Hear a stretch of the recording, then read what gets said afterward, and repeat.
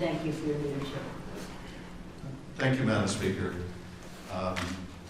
Today, Russia has again invaded Ukraine. As the Speaker said, it is a stunning fact that in this century we once again see a despotic regime trying to remake the map of Europe by dint of military force. Because of the courageous actions of Ukrainians, the courageous forbearance of Ukraine not to rise to Russian provocation, and because of, I think, the very shrewd declassification of intelligence by our president, by our allies, it stripped away any Russian pretext and laid bare for the world to see that this Russian invasion of Ukraine is nothing more than naked aggression by Vladimir Putin. Putin is terrified by the prospect of a democracy at his border, a democracy giving an example to the Russian people of the kind of life and economy they might enjoy if they cast aside their own autocrat. This is, I think, one of the preeminent motivations of Vladimir Putin. Set aside the nonsense he puts out about Ukraine not being a real country. That is nothing but a Kremlin lie. This is about Vladimir Putin's desire for his own personal and national aggrandizement at the expense of his neighbor, and it's about his fear of a successful democracy providing an example to his own countrymen. I was very encouraged by what we saw in Munich.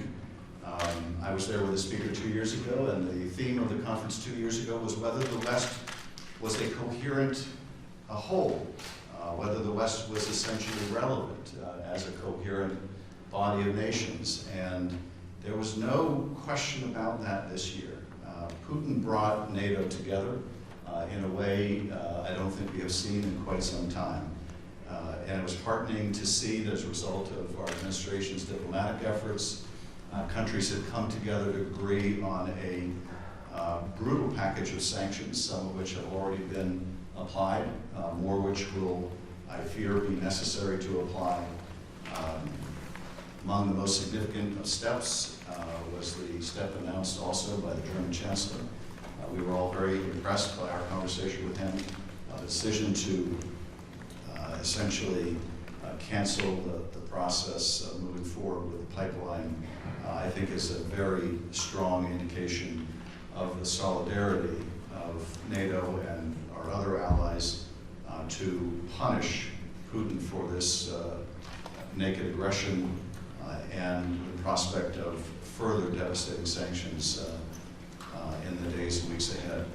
So very encouraged by the solidarity of NATO, and we're going to have to remain united because Putin will look to exploit any fissure, any crack within NATO and our coalition, and we simply cannot have nations using military force in violation of the international rules-based order to enlarge their own borders, to subvert the democratic institutions of their neighbors or others around the world. As the Speaker pointed out, they tried with the United States in 2016 and continue to do so.